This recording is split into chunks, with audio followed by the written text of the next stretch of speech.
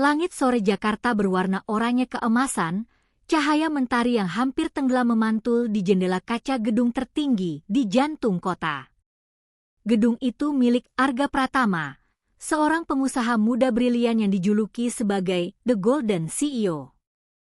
Baru berusia 32 tahun, Arga sudah berhasil membangun perusahaan teknologi raksasa bernama Pratama Corp yang produknya dipakai jutaan orang di seluruh dunia. Wajahnya yang tampan, postur tubuh tegap, serta harisma yang terpancar membuatnya selalu jadi sorotan media. Banyak yang iri, banyak pula yang mengaguminya. Namun bagi Arga, semua itu bukan tujuan. Sejak kecil ia bercita-cita membawa nama Indonesia ke panggung dunia, dan kini ia benar-benar melakukannya. Hari itu, Arga baru saja menyelesaikan rapat besar dengan investor asing. Suasana begitu riuh dengan ucapan selamat. Salah satu direktur mendekatinya sambil berkata, "Pak Arga, ini benar-benar pencapaian yang luar biasa. Kita baru saja memastikan pendanaan terbesar sepanjang sejarah perusahaan. Nilai kontrak itu bisa membuat kita melompat 5 tahun lebih maju dari rencana." Arga tersenyum. "Ini bukan hanya kemenangan saya, tapi kemenangan kita semua. Ingat, kita punya tanggung jawab untuk tidak hanya mencari keuntungan, tapi juga membawa manfaat bagi banyak orang." Kata-kata itu membuat banyak orang semakin kagum. Tak ada yang menyangka, seorang CEO muda dengan kekayaan melimpah masih punya hati yang peduli pada orang lain. Namun takdir memang suka bermain-main. Dalam sekejap, semua kebanggaan, semua kejayaan bisa direnggut begitu saja. Malam harinya, Arga meninggalkan gedung perusahaan dengan mobil sport mewahnya. Jalanan ibu kota kala itu cukup lengang karena hujan baru saja reda. Jalanan basah memantulkan lampu kota yang berkilauan. Di kursi belakang, ada berkas-berkas penting yang harus ia baca sebelum besok pagi. Ia melajukan mobilnya dengan tenang, sesekali menikmati lagu klasik yang mengalun dari pemutar musik. Namun tiba-tiba, sebuah truk besar dari arah berlawanan oleng. Remnya blong, meluncur tanpa kendali ke arah mobil Arga. Braa! Suara benturan keras itu mengoyak kesunyian malam. Mobil sport Arga ringsek parah, tubuhnya terjepit di dalam kabin. Darah mengalir dari pelipisnya, matanya berusaha tetap terbuka. Pandangan kabur, napas tersengal. Sirine ambulans datang beberapa menit kemudian, membawanya ke rumah sakit dengan kondisi kritis. Di rumah sakit internasional terkemuka itu, dokter-dokter spesialis segera berusaha menyelamatkan nyawanya. Operasi darurat dilakukan selama berjam-jam.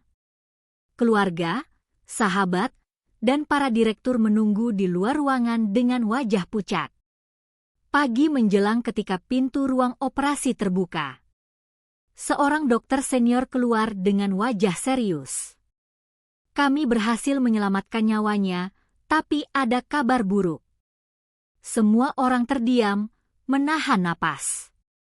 Tulang belakangnya mengalami kerusakan parah. "Kami sudah melakukan tindakan terbaik, tapi kemungkinan besar dia tidak akan bisa berjalan lagi." Ucapan itu membuat ruangan hening seketika.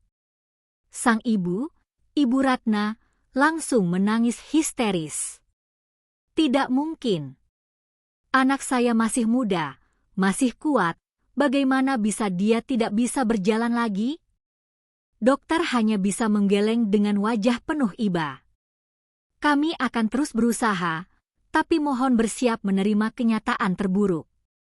Hari-hari berikutnya menjadi gelap bagi Arga. Ia sadar sepenuhnya setelah beberapa hari koma. Tubuh bagian bawahnya kaku, tak bisa digerakkan.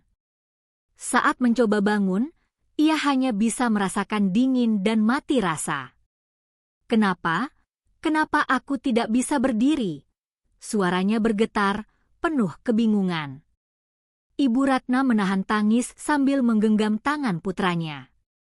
Sabar, nak, dokter akan terus berusaha. Namun Arga bisa membaca raut wajah semua orang di sekitarnya. Mereka menyembunyikan sesuatu. Ia menoleh pada sahabatnya, Raka, yang berdiri kaku di pojok ruangan. Katakan padaku yang sebenarnya, Rak. Raka menunduk, matanya berkaca-kaca. Ga, dokter bilang, kamu lumpuh. Seperti disambar petir, dunia Arga runtuh seketika. Seluruh pencapaian, mimpi, dan ambisinya seolah hancur berkeping-keping. Berita tentang kecelakaan dan kelumpuhan Arga tersebar cepat di media. Seluruh dunia bisnis geger. Sang Golden CEO lumpuh. Masa depan Pratama Corp dipertanyakan, begitu judul-judul berita yang terpampang di media internasional. Investor mulai panik, saham perusahaan anjlok drastis. Para pesaing yang iri mulai bersorak di belakang layar, menunggu kehancuran Pratama Corp. Namun yang paling terpukul tentu saja Arga sendiri. Dari seorang pria yang selalu berdiri gagah di hadapan dunia, ia kini terbaring tak berdaya di ranjang rumah sakit. Setiap malam ia terjaga, menatap langit-langit putih yang dingin. Pikirannya dihantui satu pertanyaan, apakah hidupku sudah berakhir di sini? Dokter-dokter terbaik dari berbagai negara didatangkan. Ahli bedah tulang belakang dari Amerika, spesialis saraf dari Jerman, bahkan profesor medis dari Jepang. Namun semuanya memberikan jawaban yang sama. Kami sudah memeriksa dengan teliti. Kerusakan tulang belakangnya terlalu parah. Dengan teknologi medis saat ini, mustahil dia bisa berjalan lagi. Ibu Ratna menangis setiap kali mendengar kabar itu. Raka pun mencoba tetap kuat di hadapan Arga, tapi hatinya hancur. Dan Arga, setiap kali mendengar kata mustahil, hatinya semakin tenggelam dalam kegelapan. 1 bulan berlalu sejak kecelakaan itu. Kondisi fisiknya stabil, tapi mentalnya rapuh. Ia menolak menemui siapapun, menolak membicarakan perusahaan, bahkan menolak melihat laporan kondisi saham. Di dalam kamar rumah sakit yang mewah itu, ia hanya duduk di kursi roda, menatap keluar jendela dengan tatapan kosong. Hujan yang turun, suara kendaraannya melintas, bahkan senyum perawat, semua terasa hampa. Baginya, dunia sudah merampas segalanya. Dan tanpa ia sadari, di suatu tempat, takdir sedang menyiapkan sebuah pertemuan yang akan mengubah segalanya. Pertemuan dengan seorang gadis sederhana yang membawa obat misterius. Hari-hari berlalu setelah dokter-dokter dunia menyatakan tak ada harapan bagi kesembuhan Arga. Ia kini bukan lagi sosok CEO muda yang gagah, penuh wibawa, dan selalu optimis. Yang tersisa hanyalah seorang pria yang terjebak dalam kursi roda, dipenuhi luka di hati yang jauh lebih dalam daripada luka di tubuhnya. Kamar VIP rumah sakit yang megah itu seolah menjadi penjara. Dinding putihnya yang steril terasa dingin dan menyiksa. Setiap hari perawat datang silih berganti, mengukur tekanan darah, mengganti infus, atau sekadar bertanya apakah ia butuh sesuatu. Namun bagi Arga, semua itu hanya rutinitas yang membosankan. Ia menolak berbicara, menolak menatap wajah mereka, bahkan menolak makanan yang dibawakan. Pak Arga, coba makan sedikit ya. Sup ini masih hangat, ucap seorang perawat muda dengan senyum lembut. Namun Arga hanya menoleh sebentar lalu mengalihkan pandangan ke jendela. Taruh saja di meja, jawabnya singkat, suaranya dingin. Perawat itu menunduk, sedih melihat kondisinya. Ia tahu, pasien ini bukan sembarang orang. Ia mendengar cerita tentang Arga dari televisi dan media sosial, seorang pemimpin muda yang dikagumi banyak orang. Namun kini, di hadapannya, yang ia lihat hanyalah seorang pria yang sudah kehilangan semangat hidup. Malam-malam Arga menjadi semakin panjang. Ia sering terjaga hingga dini hari, hanya menatap lampu kota dari balik jendela. Kursi rodanya menjadi sahabat baru yang selalu menemaninya kemanapun. Suatu malam, Raka datang menjenguk. Ia membawa beberapa dokumen, berharap bisa sedikit mengalihkan perhatian sahabatnya dari kesedihan. "Ga, aku bawa laporan perkembangan perusahaan. Mungkin kamu mau lihat?" Raka membuka map dan mengeluarkan beberapa lembar grafik.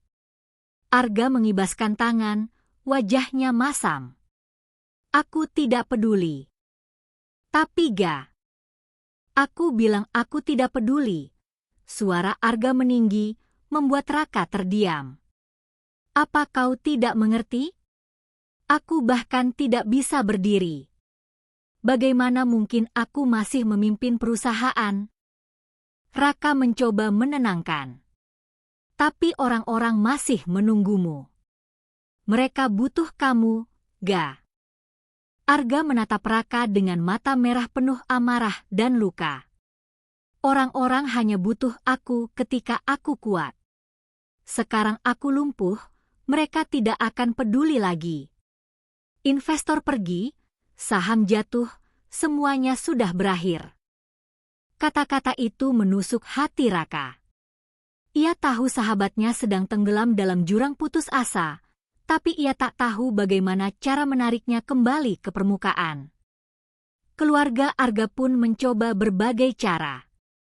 Ibunya, Ibu Ratna, tak pernah berhenti berdoa. Hampir setiap malam ia menggelar sajadah di sudut kamar rumah sakit, memohon kepada Tuhan agar memberi keajaiban untuk putranya. Suatu sore, ia duduk di samping ranjang Arga sambil menggenggam tangannya. "Nak, ibu tahu ini berat. Tapi jangan menyerah. Hidupmu belum berakhir." Arga menarik tangannya perlahan, menatap langit-langit. "Bu, apa gunanya hidup kalau aku tidak bisa melakukan apa-apa? Aku hanya jadi beban." "Jangan bicara begitu, Nak. Kau adalah anugerah terbesar dalam hidup ibu. Lumpuh atau tidak, kau tetap Arga, anak ibu." Namun kata-kata itu tidak mampu menembus dinding putus asa yang sudah mengurung hati Arga. Hari demi hari, isolasi yang ia ciptakan semakin tebal. Ia menolak kunjungan sahabat, kolega, bahkan jurnalis yang ingin mewawancarainya. Arga lebih memilih bersembunyi dari dunia. Ia tidak tahan melihat tatapan iba dari orang-orang, tatapan yang seakan mengatakan, "Kasihan, dari seorang raksasa kini jadi orang lumpuh." Kemarahan dalam dirinya semakin tumbuh. Suatu hari, ia melemparkan vas bunga yang ada di meja samping. Pecahan kaca berserakan di lantai. Perawat berlari masuk, terkejut. "Keluar!" teriak Arga. "Semua orang keluar. Jangan ada yang menggangguku lagi." Perawat itu gemetar, namun ia tetap menunduk sopan sebelum mundur perlahan. Setelah ruangan kembali sepi, Arga terisak. Untuk pertama kalinya, ia menangis keras, menahan sakit yang tak pernah ia rasakan sebelumnya. Bukan sakit di tubuhnya, tapi di hatinya. Di luar ruangan, Raka dan Ibu Ratna berdiri dengan wajah muram. "Dia tidak bisa terus begini," ucap Raka lirih. "Kalau terus dituruti, dia bisa benar-benar hancur." Ibu Ratna mengusap matanya yang sembab. "Aku tahu, Nak. Tapi apa yang bisa kita lakukan? Semua dokter sudah angkat tangan." Raka menatap jauh, matanya penuh kegelisahan. "Mungkin ada jalan lain. Tapi kita belum menemukannya." Waktu terasa berjalan lambat. Semakin lama, semakin dalam Arga terjebak dalam keterpurukan. Ia mulai menolak fisioterapi yang sebenarnya masih bisa membantu menguatkan otot tubuh bagian atasnya. Untuk apa? Aku tetap tidak akan bisa berjalan, kan? Jawabnya dingin pada fisioterapis yang mencoba membujuk. Hari itu, fisioterapis hanya bisa meninggalkan ruangan dengan wajah kecewa. Arga kemudian duduk sendiri di kursi roda, menatap pantulan dirinya di cermin besar yang ada di kamar. Rambutnya berantakan, wajahnya pucat, sorot matanya kosong. Apa ini aku? Sang Golden CEO? Pahlawan bisnis muda? Lihat dirimu, Arga, kau bahkan tak bisa mengangkat tubuhmu sendiri tanpa bantuan. Ia memukul cermin itu dengan tangannya, meski tak cukup kuat untuk memecahkannya. Di luar sana, dunia terus bergerak. Media terus menuliskan kabar buruk tentang kejatuhannya. Arga Pratama, sang bintang yang jatuh. Pratama Corp diambang kehancuran. Setiap judul berita seperti pisau yang menusuk hatinya. Ia berhenti membaca surat kabar, berhenti menyalakan televisi, bahkan berhenti menggunakan ponsel. Hidupnya kini hanyalah lingkaran suram. Bangun, duduk di kursi roda, menatap kosong, lalu tidur kembali. Namun, di tengah kegelapan itu, takdir telah menyiapkan sesuatu yang tak pernah ia duga. Sebuah cahaya kecil yang akan datang dari sosok gadis sederhana. Gadis yang tidak pernah ia kenal, tidak punya kekayaan, tidak punya gelar, tapi membawa sesuatu yang lebih berharga daripada semua teknologi medis dunia. Sebuah harapan. Di sebuah desa kecil yang jauh dari hiruk-pikuk kota, hiduplah seorang gadis muda bernama Laras Ayu Wulandari, atau biasa dipanggil Laras. Hidupnya sederhana, jauh dari gemerlap dunia. Sehari-hari ia membantu orang-orang kampung dengan ramuan herbal peninggalan ayahnya, seorang tabib terkenal di desanya yang telah meninggal beberapa tahun lalu. Ayahnya selalu berpesan, "Ingat, Laras, dalam setiap daun, akar, dan bunga, Tuhan menyimpan rahasia penyembuhan. Jangan pernah meremehkan apa yang tumbuh di tanah kita." Sejak kecil Laras tumbuh dengan keyakinan itu. Ia mempelajari setiap tanaman obat, mencatat resep-resep kuno, dan mempraktikkan ilmu pengobatan tradisional yang diwariskan ayahnya. Meski hanya gadis desa biasa, banyak orang yang datang padanya untuk mencari kesembuhan ketika medis modern tidak mampu menolong. Namun hidup di desa tak mudah.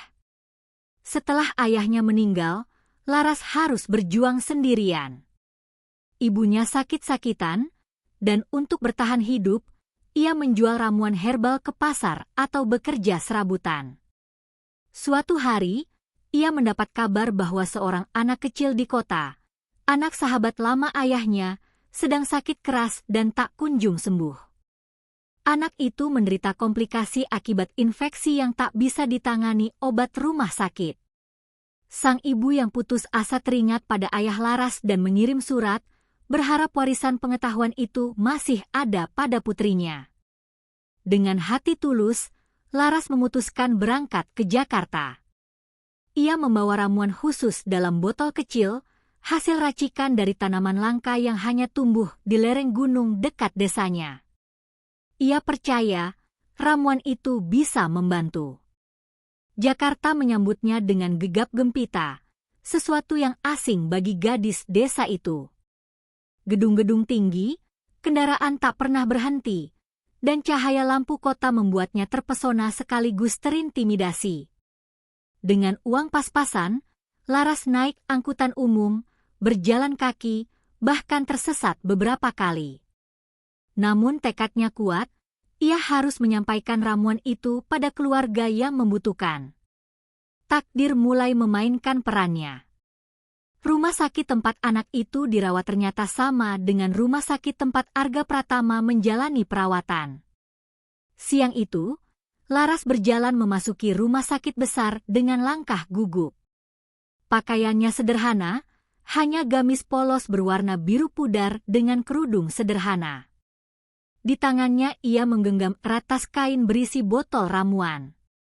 Banyak orang menatapnya dengan tatapan heran, mungkin menganggapnya orang kampung yang salah masuk tempat mewah. Di lobi, ia dihentikan satpam. "Maaf, Mbak. Ada keperluan apa?" Saya mau mengantarkan ramuan untuk pasien," jawab Laras lirih. Satpam menatapnya curiga. "Ramuan? Ini rumah sakit, Mbak. Semua pasien di sini ditangani dokter. Nggak bisa sembarangan kasih obat." Laras menggigit bibir, menahan air mata. "Tolong Pak, saya diminta. Ramuan ini penting sekali. Saya tidak berniat macam-macam." Melihat ketulusannya, satpam itu akhirnya menghela napas. "Baiklah. Coba bicara dengan perawat di bagian administrasi." Laras pun dipertemukan dengan seorang perawat senior. Awalnya, perawat itu juga menolak, tapi ketika mendengar nama keluarga pasien yang dituju, ia mengizinkan Laras untuk mencoba memberikan ramuan tersebut dengan syarat harus sepengetahuan dokter yang bertugas. Namun sebelum Laras menuju ruangan pasien yang dimaksud, seorang perawat lain berlari tergesa membawa map berisi data obat. Ia salah membaca ruangan dan menyebutkan nomor kamar yang berbeda. Dengan penuh kepolosan, Laras mengikuti arahan itu, yang ternyata membawanya ke ruang perawatan VIP milik Arga Pratama. Pintu kamar terbuka. Arga sedang duduk di kursi roda, menatap kosong keluar jendela. Ibu Ratna duduk di sampingnya dengan wajah lelah. "Permisi," suara lembut Laras terdengar. Arga menoleh sekilas, keningnya berkerut. Ia melihat seorang gadis sederhana berdiri di pintu, membawa tas kain lusuh. Pakaian gadis itu sangat kontras dengan kemewahan kamar rumah sakit yang serba modern. "Siapa kamu?" tanya Arga datar. "Saya, Laras. Saya membawa ramuan. Ramuan ini mungkin bisa membantu penyembuhan." Ruangan mendadak hening. Ibu Ratna saling pandang dengan Arga, lalu menahan tawa getir. "Ramuan? Nak, kau tahu ini rumah sakit internasional. Dokter-dokter terbaik dunia sudah angkat tangan. Apa kau pikir ramuan kampungmu bisa menyembuhkan anak saya?" Suara Ibu Ratna bergetar antara sedih dan marah. Arga mengangkat tangan, memberi isyarat pada ibunya. Tatapannya dingin menusuk Laras. "Kamu datang dari mana?" "Dari desa, Pak. Saya belajar dari ayah saya, seorang tabib. Ramuan ini sudah membantu banyak orang." Laras mencoba menjelaskan, suaranya penuh keyakinan. Arga tiba-tiba tertawa sinis. "Kau pikir aku percaya? Dunia sudah menyerah. Dokter terbaik sudah menyerah. Dan kau, gadis desa dengan botol kecil, datang menawarkan harapan? Apa kau kira aku ini orang bodoh?" Laras terdiam, wajahnya memerah. Ia tahu dirinya direndahkan, tapi hatinya tetap teguh. "Saya tidak memaksa, Pak. Saya hanya ingin menolong. Kalau tidak percaya, saya bisa pergi." Ia meletakkan botol ramuan itu di meja, lalu menunduk hormat sebelum berbalik hendak keluar. Namun langkahnya terhenti ketika Ibu Ratna menahan bahunya. Mata sang ibu berkaca-kaca, penuh putus asa. "Nak, tunggu. Katakan padaku, ramuan itu betul bisa membantu?" Laras menatapnya tulus. "Saya tidak bisa menjanjikan apa-apa, Bu. Hanya Tuhan yang bisa menyembuhkan. Tapi saya yakin ramuan ini punya khasiat." Air mata jatuh di pipi Ibu Ratna. "Kalau begitu, biarkan saya yang memutuskan. Saya ingin mencoba. Arga menoleh cepat, marah.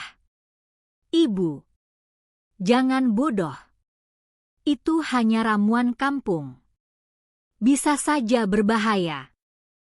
Tapi bagaimana kalau benar bisa membantu? Kau mau selamanya begini, nak? Suara Ibu Ratna meninggi. Arga terdiam. Kata-kata itu menusuk hatinya. Ia ingin marah, tapi sekaligus tahu ibunya hanya mencari secercah harapan. Akhirnya, dengan nada sinis, ia berkata, "Baiklah. Kalau itu membuat ibu tenang, aku akan coba. Tapi aku tidak menjamin apa-apa. Dan kalau ramuanmu gagal, anggap saja kau sudah mempermainkan kami." Laras mengangguk, meski wajahnya pucat. Ia tahu risiko besar yang ia ambil. Namun hatinya yakin, inilah jalan yang sudah ditakdirkan. Hari itu menjadi awal dari sebuah perjalanan panjang. Pertemuan yang tampak kebetulan, namun sesungguhnya sudah digariskan oleh takdir. Arga Pratama, CEO yang kehilangan segalanya, dan Laras, gadis sederhana dengan ramuan misterius. Dua dunia yang bertolak belakang, akhirnya bersinggungan. Dan dari sinilah, kisah besar itu mulai bergerak. Malam itu suasana kamar VIP terasa tegang. Botol kecil berisi ramuan herbal berwarna kehijauan masih tergeletak di atas meja samping ranjang Arga. Lampu gantung yang redup membuat bayangan botol itu jatuh panjang ke lantai, seakan menyimpan misteri besar. Ibu Ratna duduk di kursi, menatap botol itu dengan pandangan ragu sekaligus penuh harapan. Sementara Arga, di kursi rodanya, terus menatap Laras dengan mata dingin. Katakan sekali lagi, suara Arga berat, penuh curiga. Apa jaminanmu bahwa cairan itu tidak beracun? Bagaimana aku tahu kau bukan penipu yang ingin mengambil keuntungan dari keadaanku? Laras menggenggam erat kedua tangannya di depan dada. Meski hatinya berdebar kencang, wajahnya tetap berusaha tenang. Saya tidak bisa memberi jaminan seperti dokter, Pak. Saya hanya tahu ramuan ini sudah menyembuhkan banyak orang di desa saya. Bahkan beberapa penyakit yang dokter bilang mustahil sembuh, bisa teratasi dengan izin Tuhan. Arga mendengus sinis. Kedengaran seperti cerita murahan. Kalau ramuanmu benar sehebat itu, kenapa dunia tidak tahu? Kenapa ilmuwan tidak menelitinya? Kenapa rumah sakit besar tidak menggunakannya? Karena orang kota lebih percaya pada pil dan suntikan, jawab Laras lirih tapi tegas. Bukan pada daun, akar, dan bunga. Arga menatapnya lama, lalu membuang wajah ke arah jendela. Ia tidak mau menunjukkan bahwa hatinya sedikit terusik oleh jawaban sederhana itu. Ibu Ratna akhirnya angkat bicara. Arga, nak, dengarkan ibu. Kita sudah mencoba semuanya. Dokter-dokter terbaik dunia sudah angkat tangan. Tidak ada lagi yang bisa kita lakukan. Apa salahnya kalau kita mencoba ramuan ini? Kalaupun gagal, kita tidak rugi apa-apa. Ibu tidak tahu risikonya. Arga membentak, suaranya pecah oleh emosi. Bagaimana kalau cairan itu membuat kondisiku semakin parah? Bagaimana kalau malah merusak organ tubuhku? Aku sudah cukup hancur, Bu. Jangan tambah penderitaanku dengan harapan kosong. Suasana membeku. Ibu Ratna menunduk, menahan tangis. Laras pun terdiam, matanya berkaca-kaca. Ia tahu ucapannya ditolak, tapi hatinya tidak goyah. Aku tidak butuh belas kasihanmu, gadis desa, lanjut Arga dengan suara sarkastis. Aku tidak butuh ramuan yang kau buat di dapur rumahmu. Aku hanya butuh kenyataan, aku lumpuh, dan itu tak bisa diubah. Laras menunduk dalam. Kata-kata itu seperti pisau yang menusuk jantungnya. Tapi ia tahu, di balik kemarahan Arga, tersembunyi luka dan keputusasaan. Malam itu Laras pulang dengan hati berat. Ia sempat berpamitan pada Ibu Ratna, yang hanya bisa memeluknya erat sambil berbisik, "Terima kasih, Nak. Ibu percaya padamu, meski Arga belum bisa." Di perjalanan pulang, Laras menatap langit malam Jakarta yang penuh cahaya lampu. Ia bergumam pada dirinya sendiri, "Ya Tuhan, aku tidak ingin dipuji, aku tidak ingin terkenal. Aku hanya ingin menolong. Berikan aku kesempatan." Sementara itu, di kamar VIP, Arga termenung lama. Ia tidak bisa tidur. Setiap kali menutup mata, bayangan wajah Laras muncul. Wajah gadis sederhana yang penuh keyakinan. Kata-katanya bergema di telinga, "Hanya Tuhan yang bisa menyembuhkan." Arga benci mengakuinya, tapi ada sesuatu dalam dirinya yang sedikit terguncang. Meski begitu, harga dirinya sebagai pria, sebagai CEO besar, membuatnya enggan menunjukkan rasa percaya pada obat kampung itu. Ia bergumam lirih pada dirinya sendiri, "Apa aku sudah sebegitu putus asanya sampai harus percaya pada tahayul?" Keesokan harinya, dokter pribadi Arga, Dokter Surya, datang untuk memeriksa kondisinya. Saat melihat botol ramuan di meja, ia langsung bertanya dengan nada serius. "Ini apa, Bu?" tanyanya pada Ibu Ratna. "Itu ramuan dari seorang gadis desa. Dia bilang bisa membantu Arga," jawab Ibu Ratna jujur. Dokter Surya menghela napas panjang. "Bu, saya tahu Anda putus asa. Tapi ini berbahaya. Kita tidak tahu apa isi cairan itu. Bisa saja mengandung zat beracun. Saya mohon, jangan coba-coba memberi itu pada Arga." Arga menyeringai sinis. "Dengar itu, Bu. Bahkan dokter bilang ramuan itu sampah." Namun Ibu Ratna tidak bergeming. Ia menatap dokter dengan mata penuh keyakinan. "Dok, saya menghargai pendapat Anda. Tapi izinkan saya sebagai ibu mencoba apapun demi anak saya. Kalaupun harus gagal, biar saya yang menanggung risikonya." Dokter hanya bisa menggeleng, tidak bisa memaksa lebih jauh. Hari-hari berikutnya penuh keraguan. Botol ramuan itu tetap berada di meja, tak tersentuh. Setiap kali Arga meliriknya, hatinya bergejolak antara marah, benci, dan sedikit penasaran. Suatu sore, Raka datang menjenguk. Ia juga melihat botol itu dan langsung bertanya, "Itu apa, Ga?" "Obat ajaib dari seorang gadis kampung," jawab Arga sarkastis. Raka mengambil botol itu, mengamatinya. Cairan hijau itu memantulkan cahaya lampu dengan aneh, seperti berkilau samar. "Entah kenapa, aku merasa ini bukan sembarangan." Arga menatap sahabatnya dengan jengkel. "Jangan bilang kau juga percaya." "Aku tidak bilang aku percaya. Tapi aku juga tidak menolak kemungkinan.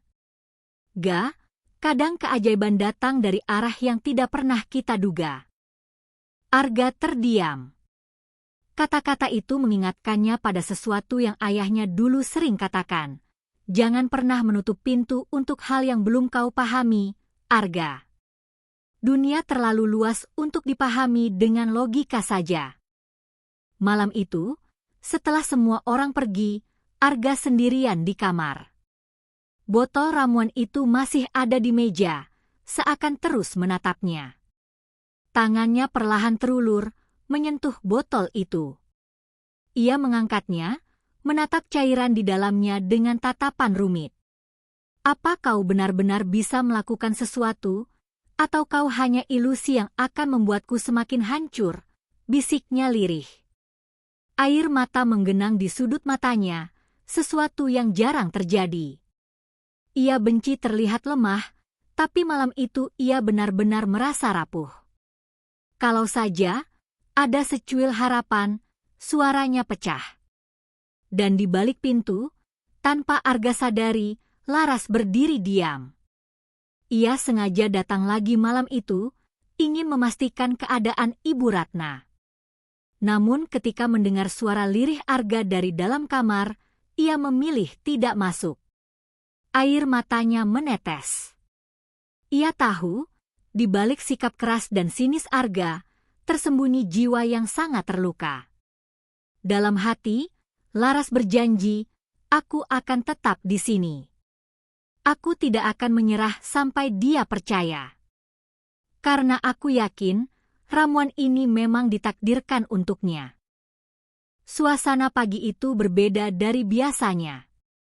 Di kamar VIP rumah sakit, matahari menembus tirai jendela, menebarkan cahaya hangat ke dalam ruangan. Arga terbangun lebih awal dari biasanya. Semalam ia kembali sulit tidur, pikirannya terus dihantui oleh bayangan botol kecil berisi ramuan herbal itu. Ia menatap ke arah meja, tempat botol itu masih tergeletak. Seakan-akan benda kecil itu memiliki kekuatan aneh yang membuatnya gelisah sekaligus penasaran. Kenapa aku terus memikirkannya? Gumamnya pelan, mengusap wajahnya dengan kedua tangan. Ibu Ratna masuk membawa sarapan. Aroma bubur ayam hangat memenuhi ruangan. Selamat pagi, Nak. Bagaimana tidurmu? Arga hanya menjawab dengan anggukan malas. Tatapannya tak lepas dari botol ramuan itu. Melihat hal itu, Ibu Ratna mendekat, lalu duduk di sisi ranjang. Dengan lembut ia berkata, Arga, Ibu tahu kau takut kecewa lagi. Tapi percayalah, Nak, tak ada salahnya mencoba. Kau sudah menanggung sakit bertahun-tahun. Apa salahnya memberi kesempatan pada hal kecil ini? Arga menghela napas panjang. Ia tahu ibunya benar. Tapi egonya masih menghalangi. Ia takut terlihat bodoh karena mempercayai sesuatu yang menurutnya irasional. Namun, entah kenapa pagi itu ada dorongan kuat dalam dirinya. Mungkin karena rasa putus asa yang kian menumpuk. Mungkin karena kehadiran Laras yang membuatnya sedikit lebih tenang. Atau mungkin karena hatinya, jauh di dalam, sebenarnya ingin percaya. Arga mengambil botol itu dengan tangan bergetar.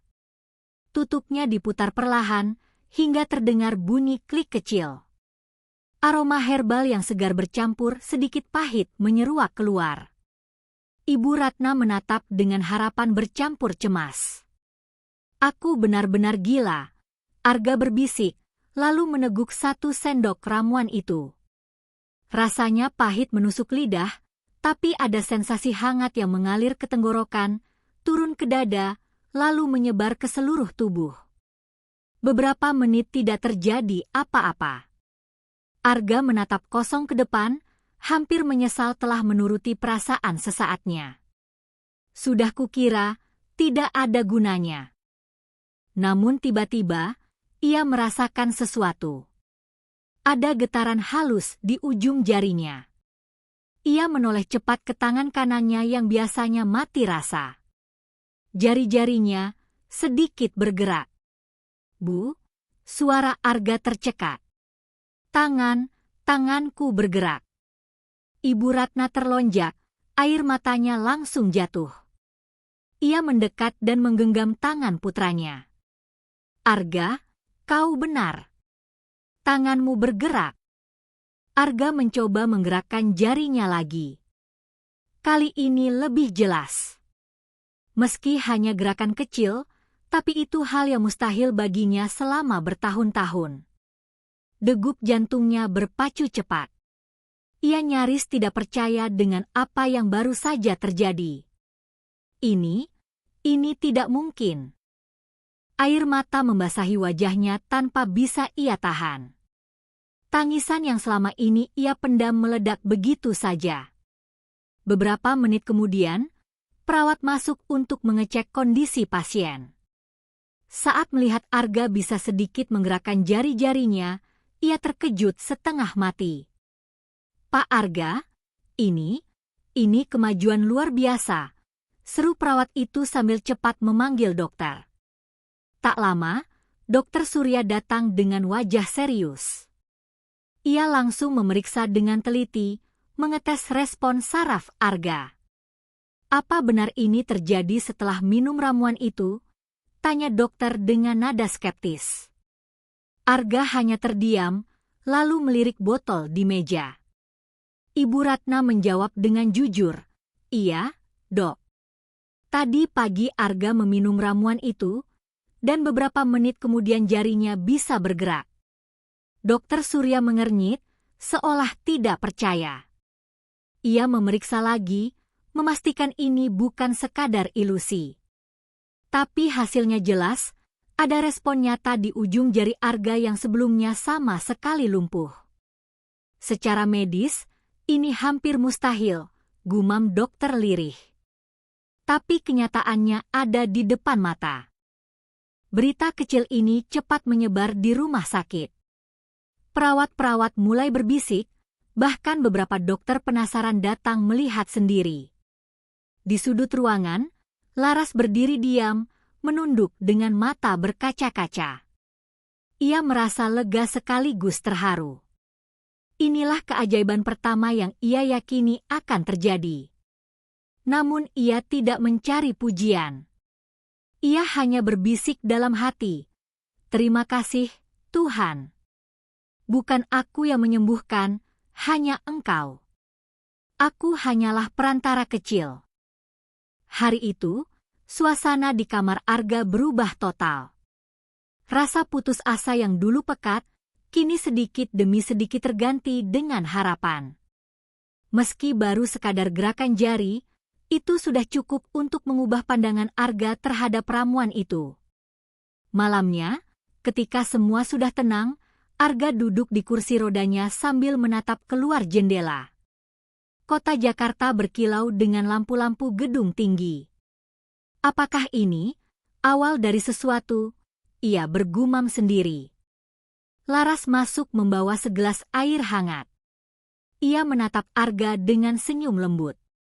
"Bagaimana rasanya hari ini?" Arga menoleh, lalu menatap Laras lama. Untuk pertama kalinya, tatapannya tidak lagi penuh kebencian, tapi ada secercah penghargaan. "Aku tidak tahu harus berkata apa," katanya lirih. "Selama ini aku selalu menganggapmu hanya gadis kampung yang naif. Tapi hari ini, kau membuatku kembali punya harapan." Laras menunduk, suaranya lembut. "Jangan berterima kasih padaku. Terima kasihlah pada Tuhan. Saya hanya melakukan apa yang saya bisa." Arga menghela napas panjang, lalu tersenyum samar.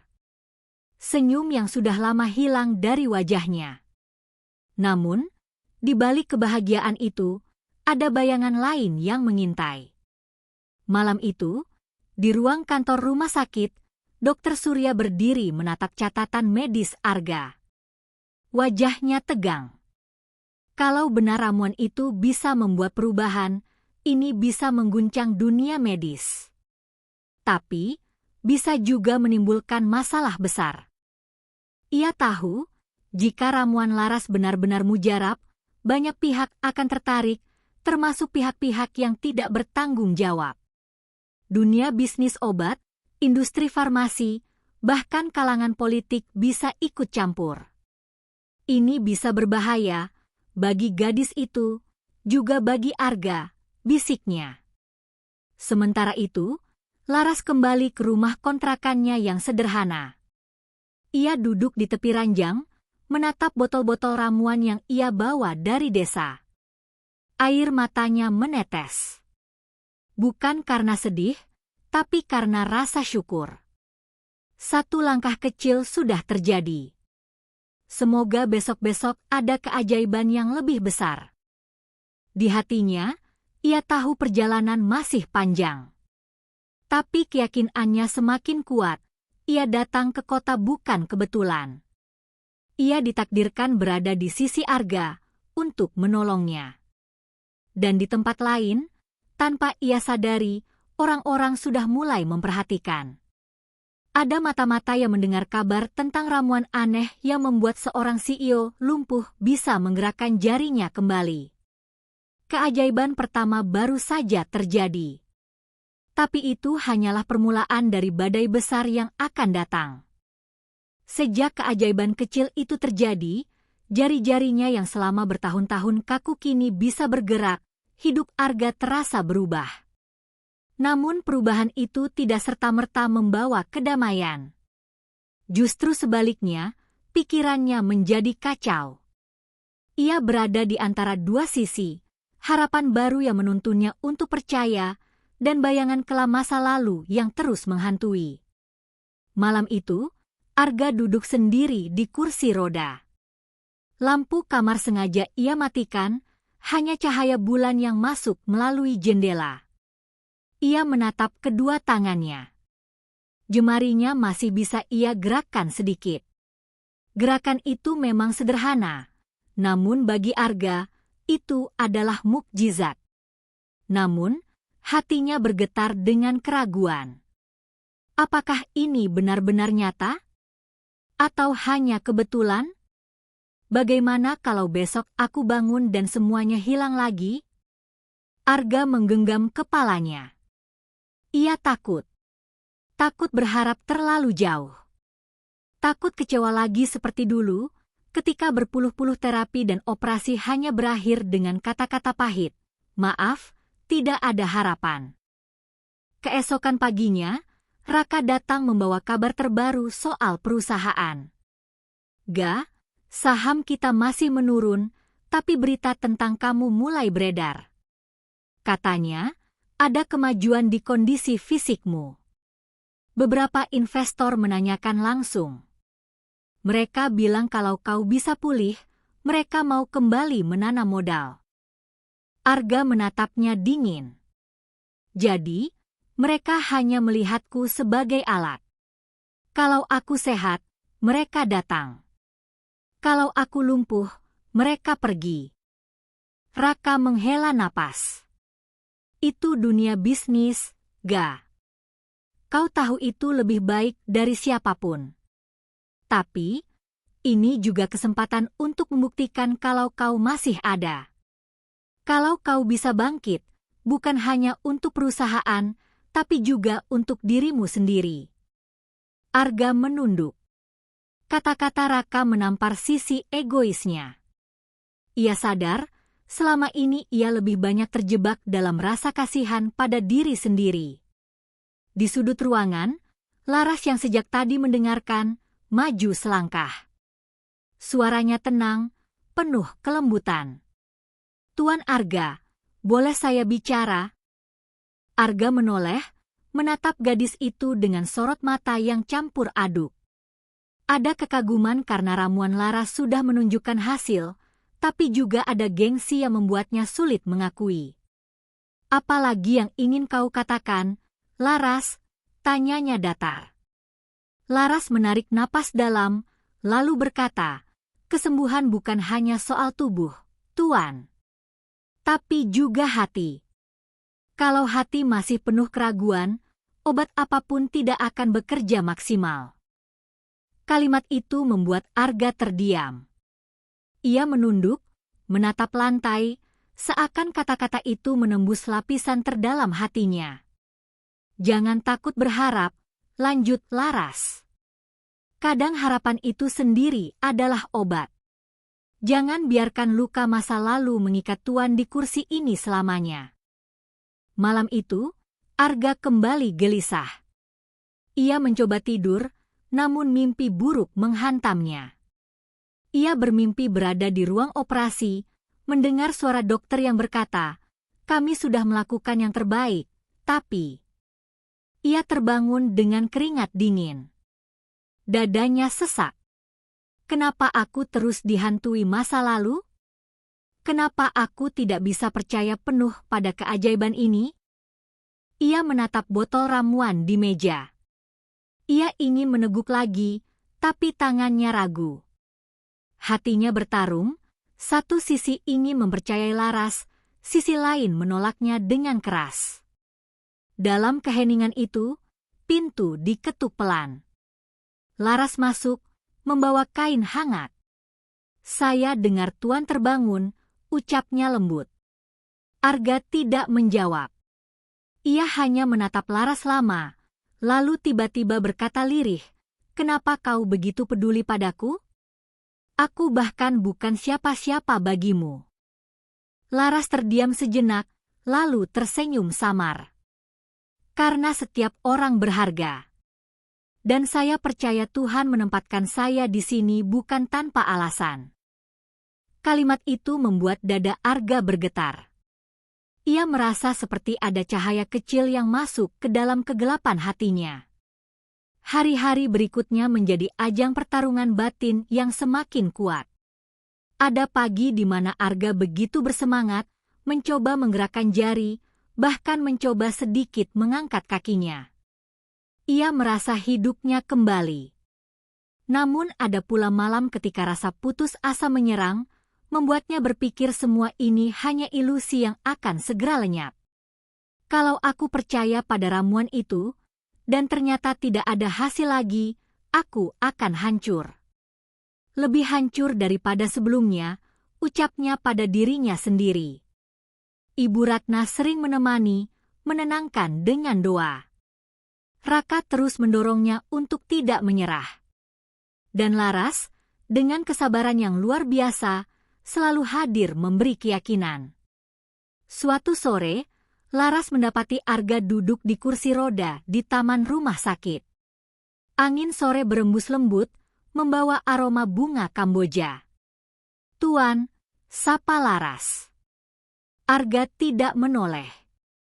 Ia sedang menatap anak-anak kecil yang bermain kejar-kejaran.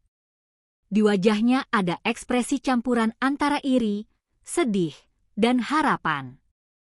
"Aku ingin sekali bisa berlari lagi," ucapnya lirih. Laras duduk di bangku dekatnya. "Dan Tuan akan bisa. Percayalah. Tapi untuk itu, Tuan harus berhenti berperang dengan diri sendiri. Terimalah dirimu yang sekarang, lalu langkah demi langkah, kita akan menuju kesembuhan." Arga menoleh, menatap Laras. Matanya berkaca-kaca. "Kenapa kau begitu yakin padaku? Semua orang sudah menyerah." Laras menatap balik dengan penuh keyakinan. "Karena saya melihat sesuatu yang mereka tidak lihat. Saya melihat semangat yang terkubur, tapi belum mati. Tugas saya hanya membantu Tuan menemukannya kembali." Air mata menetes di pipi Arga. Untuk pertama kalinya, ia tidak malu menangis di depan Laras. Malam itu, setelah Laras pulang, Arga duduk di kursi roda dengan hati yang sedikit lebih ringan. Ia menatap jendela dan berkata pelan, "Mungkin aku memang harus berhenti melawan. Mungkin aku harus belajar percaya lagi." Ia mengambil botol ramuan, meneguk sedikit, lalu menutup mata. Hangatnya kembali mengalir ke seluruh tubuh. Untuk pertama kalinya setelah sekian lama, Arga bisa tidur dengan tenang. Pertarungan batin itu belum selesai. Namun malam itu, ia mengambil langkah kecil untuk memilih harapan, bukan ketakutan. Hari-hari setelah Arga mulai berani meneguk ramuan itu untuk kedua kalinya berjalan dengan penuh harapan. Gerakan kecil di jari-jari dan sedikit respon pada kakinya membuat ia kembali merasakan sesuatu yang hampir ia lupakan, keinginan untuk hidup. Namun, di balik cahaya itu, badai sudah menunggu. Bisikan dunia luar. Suatu pagi, ketika Arga sedang berlatih menggerakkan jarinya dengan bantuan Laras, pintu kamar VIP rumah sakit terbuka lebar. Masuklah seorang pria dengan jas mahal dan kacamata emas. Ia bernama Hendrik, salah satu dewan direksi di perusahaan Arga, sekaligus sosok yang diam-diam menantikan kejatuhan sang CEO. "Arga, sahabatku," serunya dengan suara yang terdengar manis, tapi tatapannya tajam penuh perhitungan. "Aku dengar kabar mengejutkan. Katanya kau bisa bergerak lagi? Apa benar?" Arga menoleh, tidak terlalu suka dengan kehadiran Hendrik. Ada sedikit perkembangan. Hendrik mendekat, menatap botol ramuan di meja. Alisnya terangkat. "Dan semua ini karena ramuan aneh itu?" Laras menunduk sopan, namun Hendrik menatapnya sinis. "Jangan bilang padaku kau mempercayai hal semacam itu, Arga. Kau orang rasional, seorang pebisnis. Masa percaya pada ramuan kampung?" Arga terdiam. Kata-kata Hendrik seakan menusuk sisi skeptis dalam dirinya yang memang masih bergejolak. Keraguan yang tumbuh lagi. Setelah Hendrik pergi, Arga duduk termenung. "Apa aku benar-benar bodoh, Laras? Apa aku hanya menipu diriku sendiri?" Laras menatapnya lembut. "Tuan, saya tidak memaksa untuk percaya. Tapi bukti ada pada tubuh Tuan sendiri.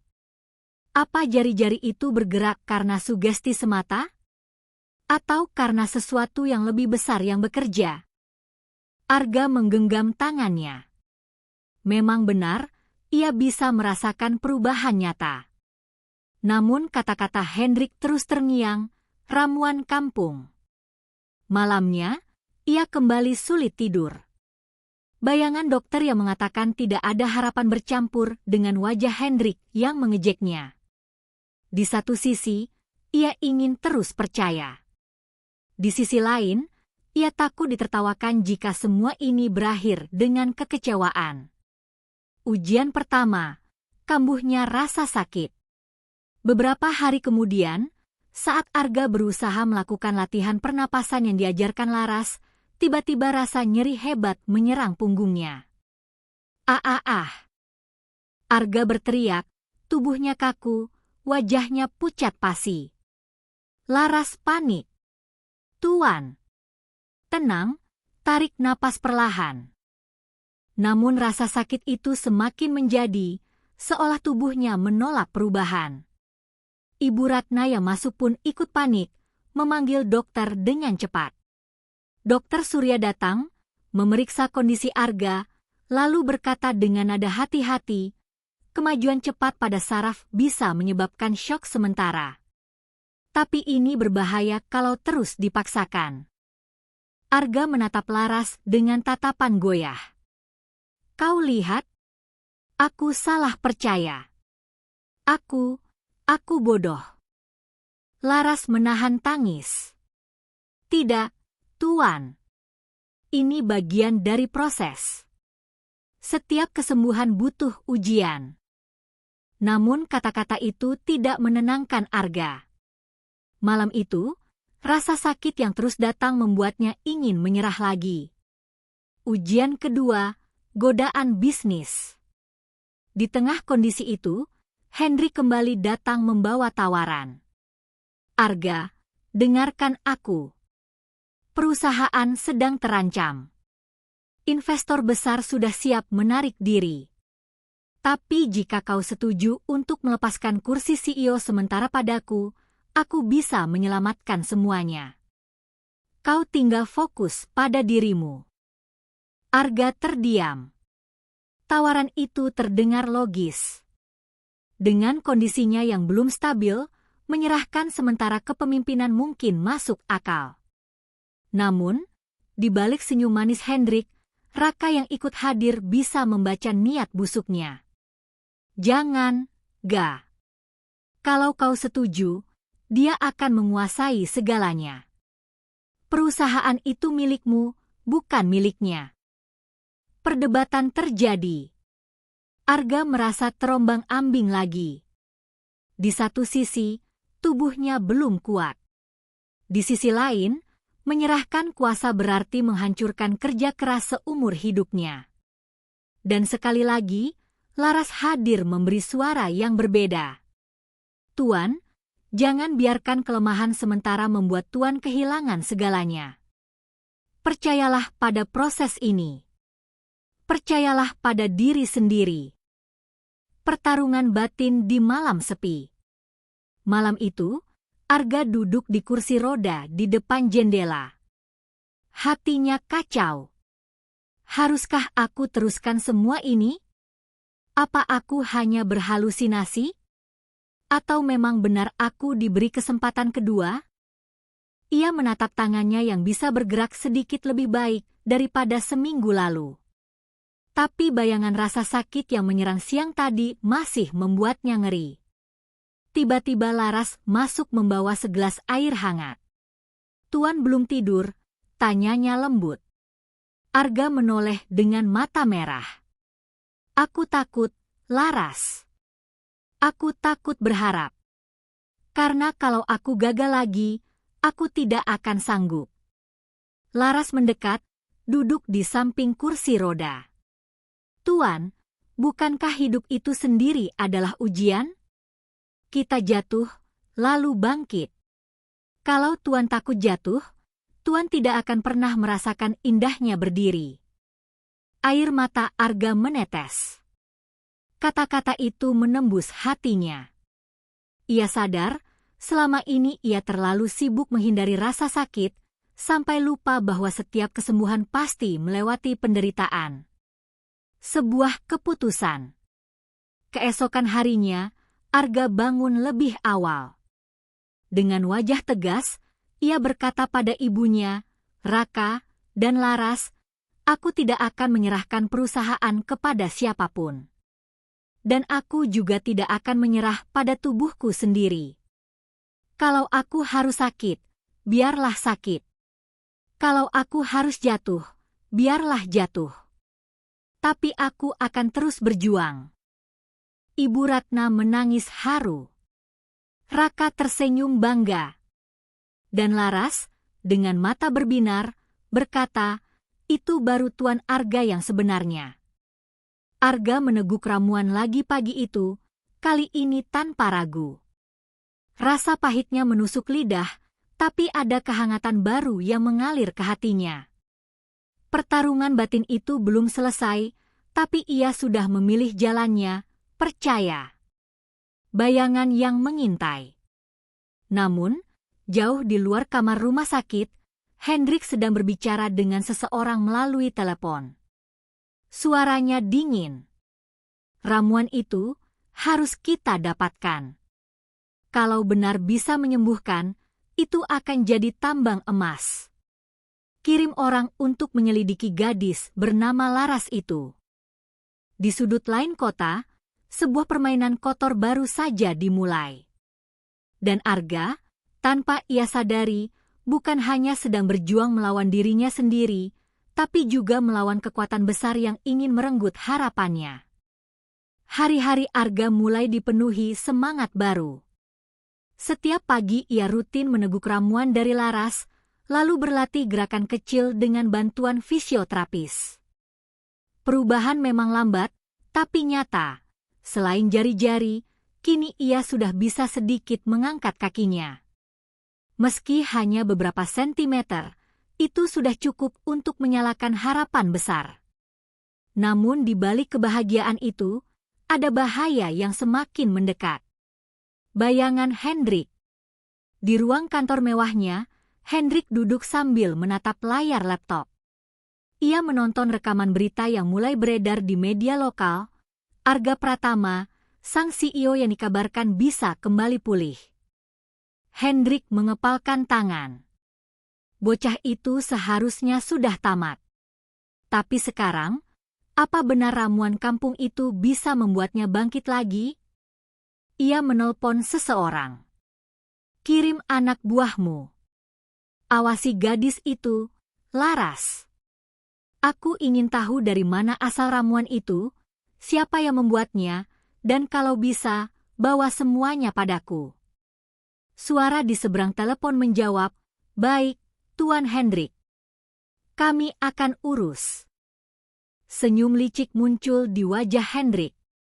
Kalau ramuan itu benar-benar mujarab, aku bisa menjualnya ke pasar global. Bayangkan, miliaran dolar akan mengalir ke tanganku.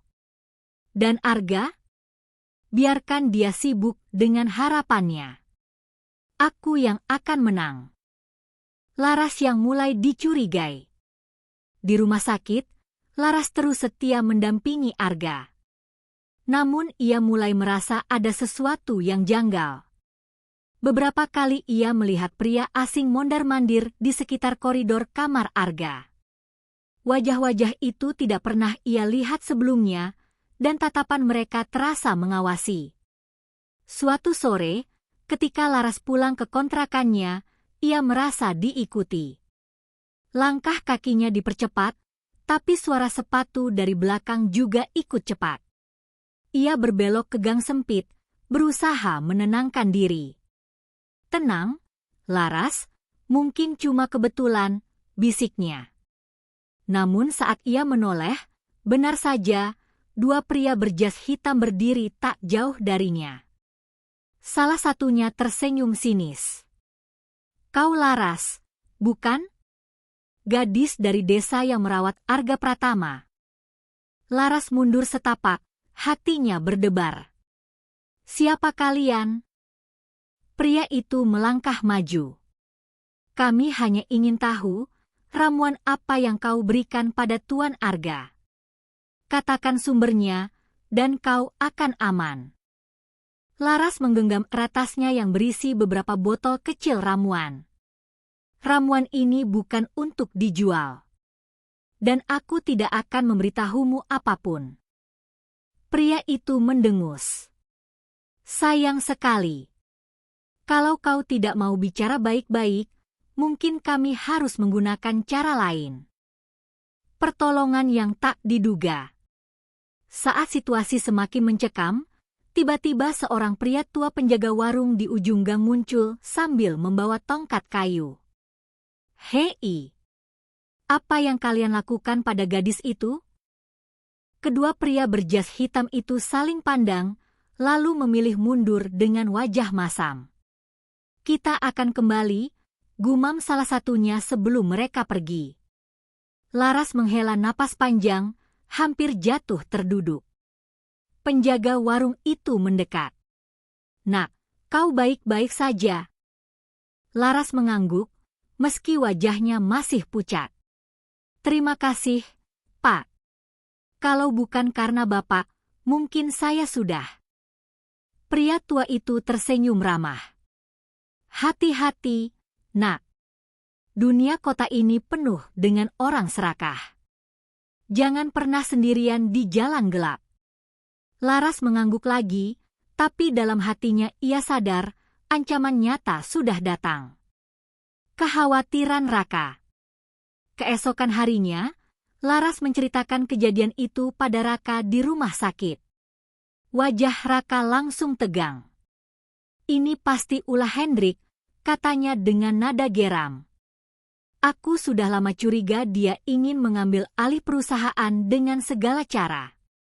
Dan kalau dia tahu tentang ramuanmu, dia pasti akan berusaha merebutnya." Laras menggigit bibir, menunduk. "Tapi bagaimana kalau mereka benar-benar berhasil mengambil ramuan ini? Aku tidak ingin Tuan Arga kehilangan satu-satunya harapannya." Raka menepuk pundaknya. "Jangan khawatir. Selama aku ada, aku tidak akan membiarkan siapapun menyentuhmu atau ramuan itu." Arga yang mulai menyadari. Arga mendengar percakapan itu. Ia terdiam lama, lalu berkata dengan suara berat, "Jadi, orang-orang mulai mengincar ramuanmu, Laras?" Laras menatap Arga dengan cemas. "Maaf, Tuan. Saya tidak bermaksud membawa masalah." Namun Arga menggeleng. "Tidak, Laras. Jangan salahkan dirimu. Justru, aku yang seharusnya meminta maaf.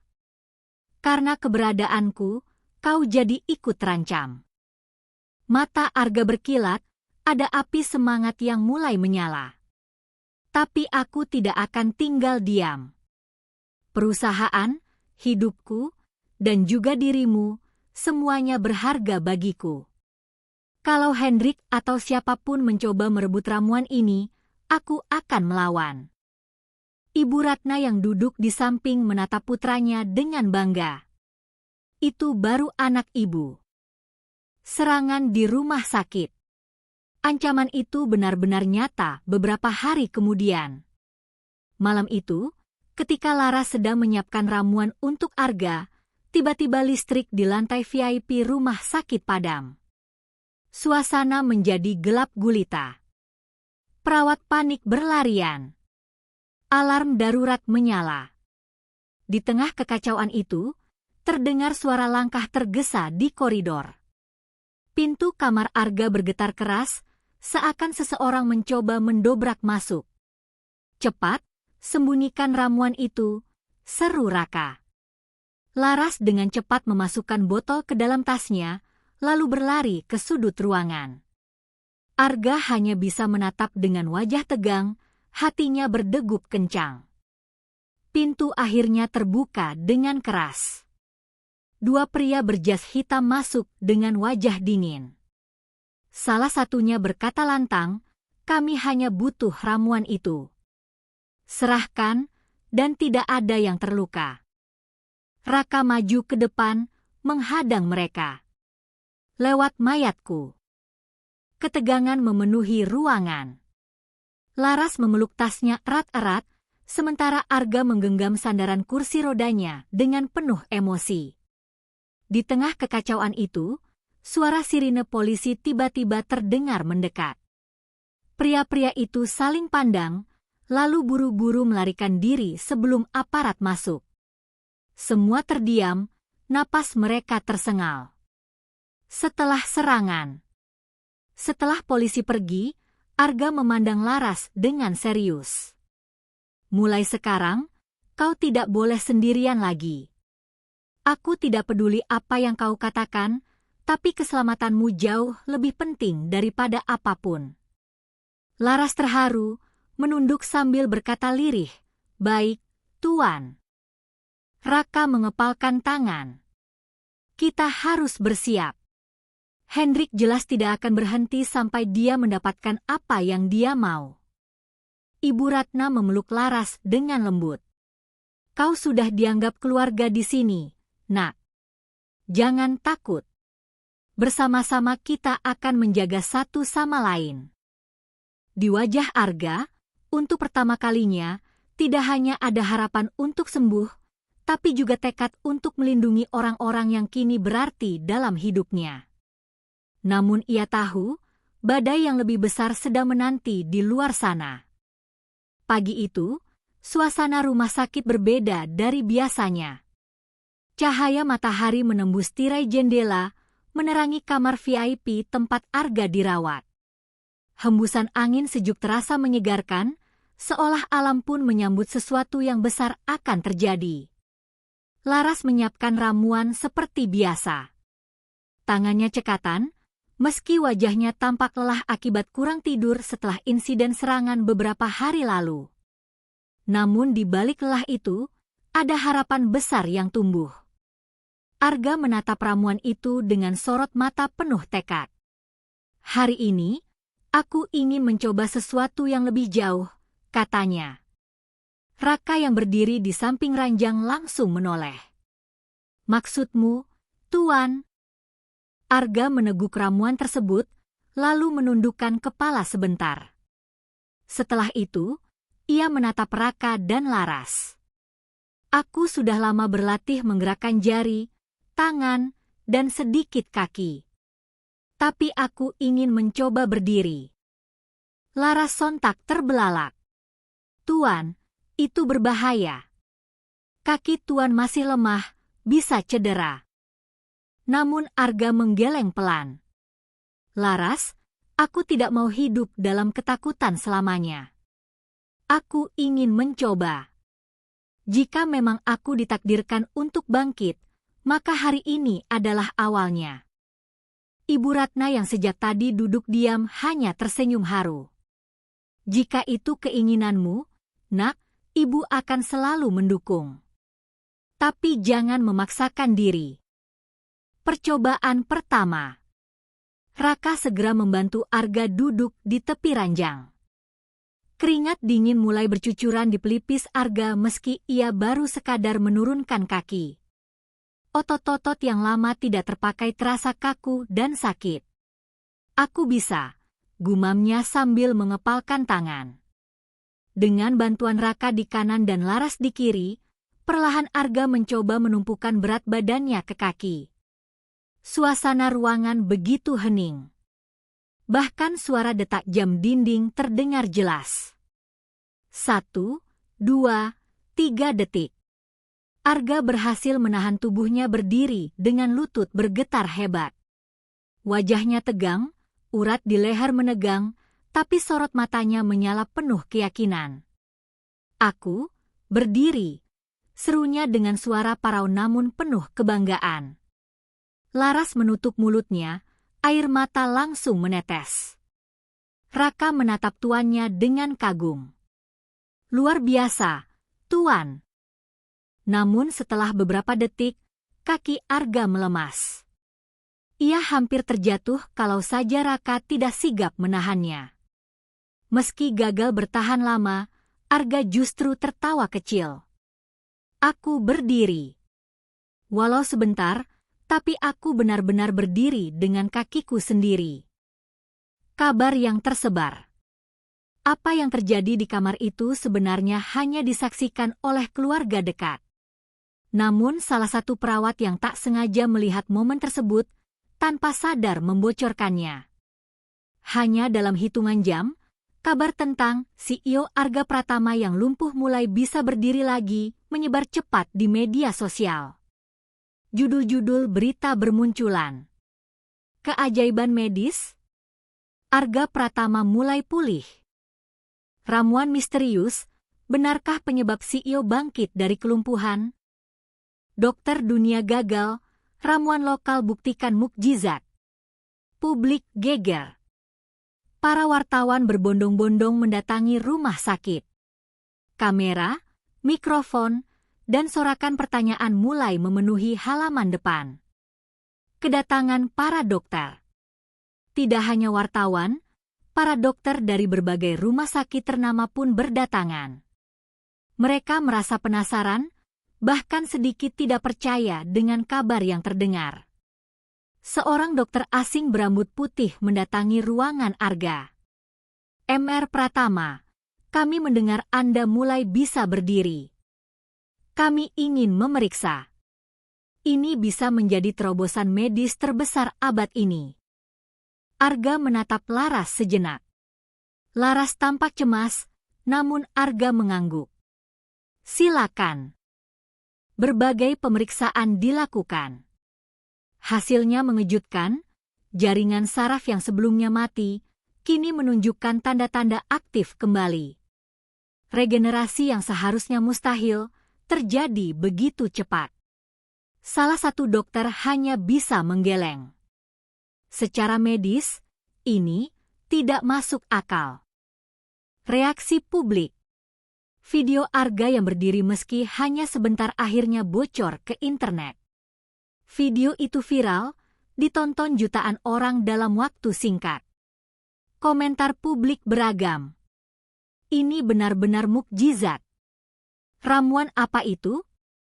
Kita harus tahu.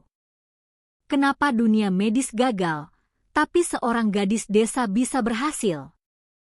Nama Laras pun mulai terdengar. Meski ia berusaha tetap berada di balik layar, ada beberapa saksi yang membocorkan identitasnya. Media mulai menyebutnya gadis penyelamat. Laras merasa tertekan dengan perhatian besar itu. Ia hanya ingin membantu Arga, bukan menjadi pusat sorotan dunia.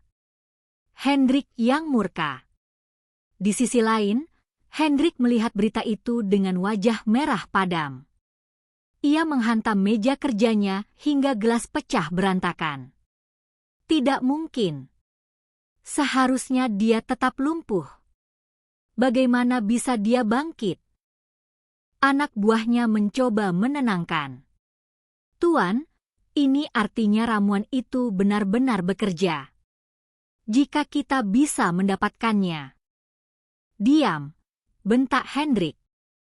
Itu ramuan harus jadi milikku. Aku tidak peduli bagaimana caranya. Hancurkan Laras kalau perlu. Wajah Hendrik dipenuhi amarah sekaligus ketamakan.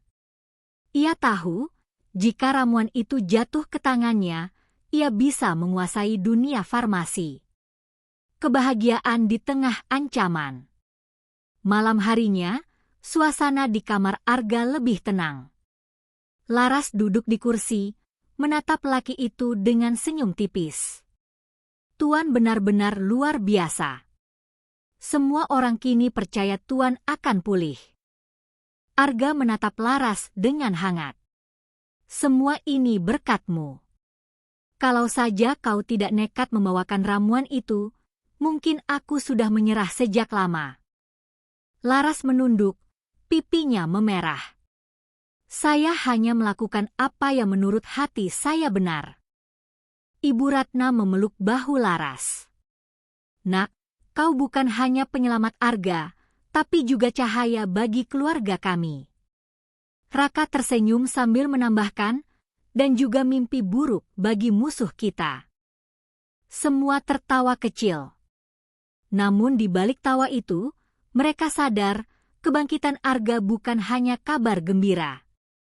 Ini juga undangan bagi musuh untuk semakin menyerang. Tekad baru Arga. Sebelum tidur, Arga merenung dalam diam. Ia menatap tangannya yang mulai bisa digerakkan lebih luas. Dulu aku hanya CEO yang sibuk dengan dunia bisnis. Aku pikir uang bisa membeli segalanya. Tapi saat aku lumpuh, semua itu tidak ada artinya. Ia menoleh ke arah Laras yang tertidur di kursi karena kelelahan.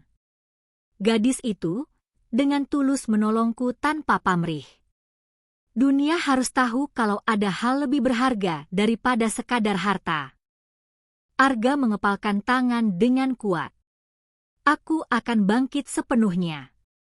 Bukan hanya untuk diriku, tapi untuk membalas kebaikan Laras, menjaga keluargaku, dan menghadapi Hendrik. Sorot matanya tidak lagi suram seperti dulu. Kali ini, ada nyala api yang siap membakar seluruh keraguan. Dan dunia, siap atau tidak siap, akan segera diguncang oleh kebangkitan Arga Pratama. Hari itu, udara Jakarta terasa tegang. Seolah seluruh kota ikut merasakan gelombang besar yang akan pecah. Berita tentang Arga yang mulai bisa berdiri terus menghiasi layar televisi, media online, dan obrolan di setiap sudut jalan. Namun di balik gegap gempita itu, badai besar benar-benar sedang menunggu. Pertemuan rahasia. Di ruang kerjanya yang mewah, Hendrik menatap layar besar penuh laporan. Arga mulai pulih. Dunia mulai mempercayai ramuan itu. Ia berjalan mondar-mandir dengan wajah penuh amarah. Seorang anak buahnya masuk. Tuan, kami sudah menyusun rencana. Malam ini, kita bisa mengambil ramuan itu langsung. Arga dan gadis itu pasti tidak bisa melawan. Hendrik tersenyum tipis, licik. Bagus. Jika aku berhasil mendapatkan ramuan itu, bukan hanya Arga yang hancur, tapi aku akan menjadi raja di dunia farmasi. Bayangkan, dunia akan bertekuk lutut di bawahku. Ia meneguk minuman kerasnya, lalu meletakkan gelas dengan keras. Persiapkan orang-orangmu. Malam ini, segalanya berakhir. Persiapan Arga. Sementara itu, di kamar rumah sakit, Arga duduk di kursi roda dengan wajah serius. Ia sudah mendengar kabar bahwa Hendrik tak akan tinggal diam. Raka masuk dengan membawa beberapa dokumen. Tuan, semua sudah jelas. Hendrik memanfaatkan celah saat Tuan sakit untuk merebut sebagian besar saham. Jika dia berhasil mendapatkan ramuan ini, dia bisa menjatuhkan Tuan sepenuhnya.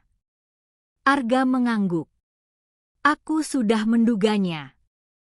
Karena itu, malam ini, aku ingin melakukan sesuatu yang lebih besar. Laras menatapnya cemas. Tuan, kaki Tuan baru bisa berdiri sebentar. Jangan memaksakan diri. Keselamatan Tuan lebih penting. Arga menatap Laras dalam-dalam. Justru karena ada kau di sisiku, aku merasa lebih kuat. Aku tidak bisa terus sembunyi. Hendrik harus dihadapi. Ibu Ratna menggenggam tangan putranya. Nak, ibu percaya padamu. Lakukan apa yang menurutmu benar. Tapi ingat, jangan sampai mengorbankan orang-orang yang mencintaimu. Arga menunduk, merasakan kehangatan dari ibunya. Aku berjanji, Bu. Serangan Hendrik. Malam itu, rumah sakit mendadak gelap. Aliran listrik padam, hanya tersisa lampu darurat yang berkelap-kelip merah. Suara langkah tergesa terdengar dari koridor. Raka langsung siaga. Mereka datang. Pintu kamar mendadak digedor keras, lalu terbuka. Hendrik masuk dengan beberapa pria berbadan besar. Wajahnya penuh kebencian bercampur kesombongan. Arga Pratama, ujarnya dingin, aku dengar kau sudah bisa berdiri.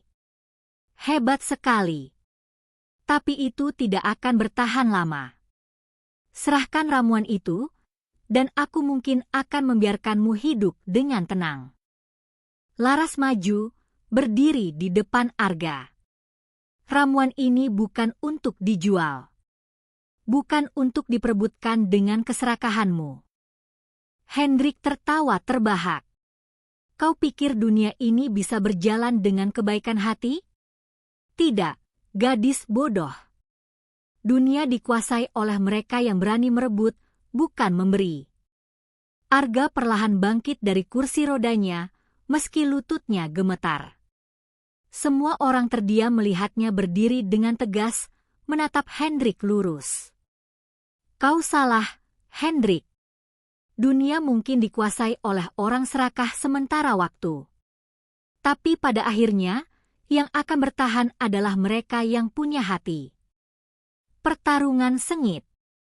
Anak buah Hendrik maju, mencoba merampas tas Laras yang berisi botol ramuan. Raka segera menghadang, baku hantam pun tak terelakkan. Suara benturan keras memenuhi ruangan. Laras berlari menghindar, memeluk erat tas itu. Salah satu pria berhasil menjatuhkannya ke lantai, tapi Arga yang kini berdiri dengan seluruh kekuatannya maju menendang pria itu hingga terjatuh. Semua terkejut. Arga benar-benar berdiri dengan kokoh. Wajah Hendrik berubah pucat. Tidak mungkin, kau seharusnya tidak bisa melakukan itu. Arga melangkah maju, meski setiap langkah terasa berat. Aku lumpuh bukan berarti aku kalah. Aku berdiri bukan hanya untuk diriku, tapi untuk semua orang yang percaya padaku. Dengan sekali dorongan kuat, Arga menghantam Hendrik ke dinding. Suara keras terdengar, membuat semua orang terdiam. Polisi datang. Di tengah kekacauan, suara sirine mendekat. Polisi masuk berbondong-bondong, menyergap anak buah Hendrik. Ternyata sejak sore tadi, Raka sudah menghubungi aparat dan memberikan bukti kejahatan Hendrik. Bapak Hendrik, Anda ditangkap atas tuduhan penyerangan, penyalahgunaan wewenang, dan percobaan pembunuhan, ujar salah satu polisi dengan tegas. Hendrik berontak, tapi percuma. Ia diborgol dan dibawa keluar dengan wajah penuh amarah. Kau akan menyesal, Arga. Dunia belum selesai denganku. Namun Arga hanya berdiri tegak, menatap Hendrik dengan sorot mata dingin. Yang seharusnya menyesal adalah kau, karena membiarkan keserakahan menghancurkan hidupmu sendiri. Kebangkitan yang penuh makna. Setelah suasana tenang, Laras mendekati Arga dengan mata berkaca-kaca. Tuan. Tuan benar-benar berdiri tanpa bantuan. Saya tidak percaya. Arga menoleh, lalu tersenyum hangat. Aku percaya, Laras. Karena ada kau yang membuatku percaya.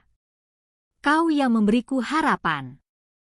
Air mata Laras jatuh, bukan karena sedih, tapi bahagia. Ibu Ratna memeluk mereka berdua, sementara Raka tersenyum lega.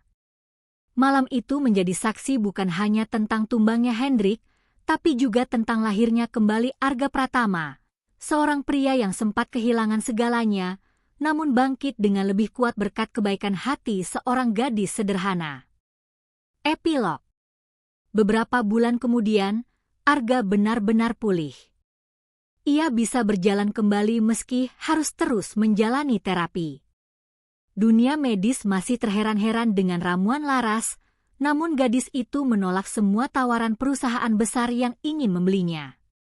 Ramuan ini bukan untuk diperdagangkan. Ini adalah amanah dari alam. Jika digunakan, haruslah dengan niat menolong, bukan untuk mengejar kekayaan, katanya tegas dalam sebuah wawancara. Arga berdiri di sampingnya, tersenyum bangga. Dan aku akan memastikan dunia mendengar suara itu. Laras, mulai sekarang kau tidak sendirian.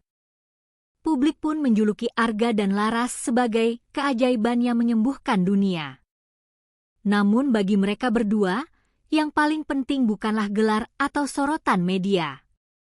Yang penting adalah keyakinan bahwa harapan bisa tumbuh bahkan ketika semua orang sudah menyerah. Dan kisah ini berakhir bukan dengan kekalahan, bukan pula sekadar kemenangan, melainkan dengan kebangkitan yang mengubah segalanya.